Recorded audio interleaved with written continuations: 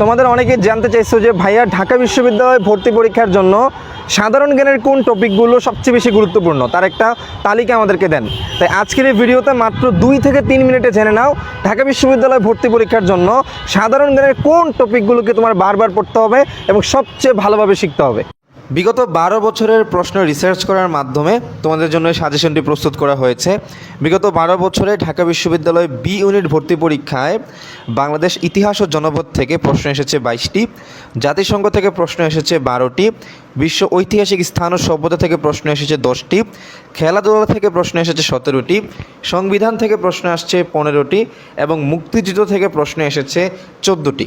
এছাড়াও বিগত 12 বছরে ঢাকা বিশ্ববিদ্যালয় বি ইউনিট ভর্তি পরীক্ষায় উপজাতি থেকে প্রশ্ন আসছে 9টি, অর্থনীতি থেকে প্রশ্ন আসছে 8টি, প্রথম বিষয়াবলী থেকে প্রশ্ন আসছে 15টি, আন্তর্জাতিক সংস্থা ও জোট থেকে প্রশ্ন আসছে 22টি, বিখ্যাত উক্তি থেকে প্রশ্ন আসছে 8টি এবং ঢাকা বিশ্ববিদ্যালয় থেকে প্রশ্ন আসছে 9টি। এছাড়াও আইসিটি থেকে প্রশ্ন এসেছে 13টি, গান কবিতা গ্রন্থ থেকে প্রশ্ন এসেছে 12টি। এখন গান কবিতা গ্রন্থ বলতে আসলে ফেমাস যে গান কবিতা বাংলাদেশ মুক্তিযুদ্ধকে নিয়ে যে কবিতাগুলো আছে, বাংলাদেশ মুক্তিযুদ্ধকে ঘিরে যে গানগুলো হয়, বাংলাদেশের মধ্যে প্রচলিত বা ফেমাস যে গান আছে বা গ্রন্থ, বিশ্ববিখ্যাত বিভিন্ন ব্যক্তিদের গ্রন্থ এবং বাংলাদেশীয় ফেমাস কিছু ব্যক্তিদের গ্রন্থ, তো এই বিষয়গুলোর উপর প্রশ্ন এসে থাকে। তো বিগত 12 বছরে প্রায় 12টা প্রশ্ন আসছে, ধরতে গেলে প্রতি বছর একটা করে প্রশ্ন কিন্তু এই টপিক থেকে থাকে।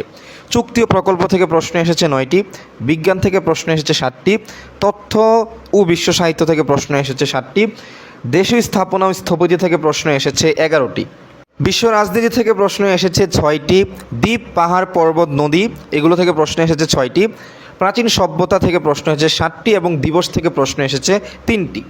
সাধারণ জ্ঞান থেকে 2 ধরনের প্রশ্ন করা হয়, এক মৌলিক জিকে, দ্বিতীয়ত সাম্প্রতিক জিকে। এখন তোমার করণীয় কি?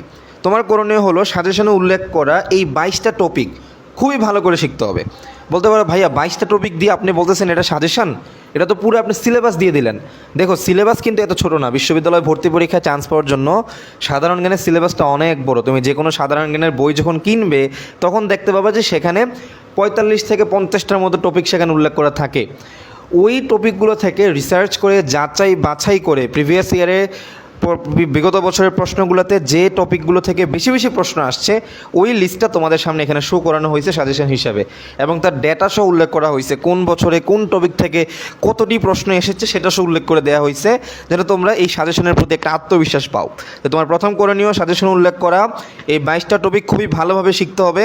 দ্বিতীয়ত সাম্প্রতিকের জন্য তুমি কি করবা? সাম্প্রতিকের জন্য কারেন্ট অ্যাফেয়ার্স ভালো করে পড়তে হবে।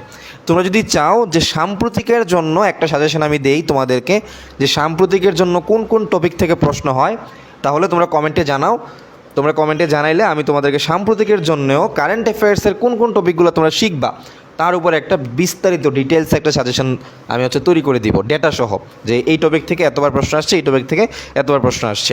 ফলে তুমি একটা ক্লিয়ার সাজেশন পাবা, প্রস্তুতি সুন্দর হবে, এবং প্রস্তুতি সুন্দর হওয়া মানেই হচ্ছে চান্স পাওয়ার জন্য অনেক অনেক বেশি এগিয়ে যাওয়া। তাহলে আজকের ভিডিও পর্যন্তই, দেখা হচ্ছে পরবর্তী ভিডিওতে।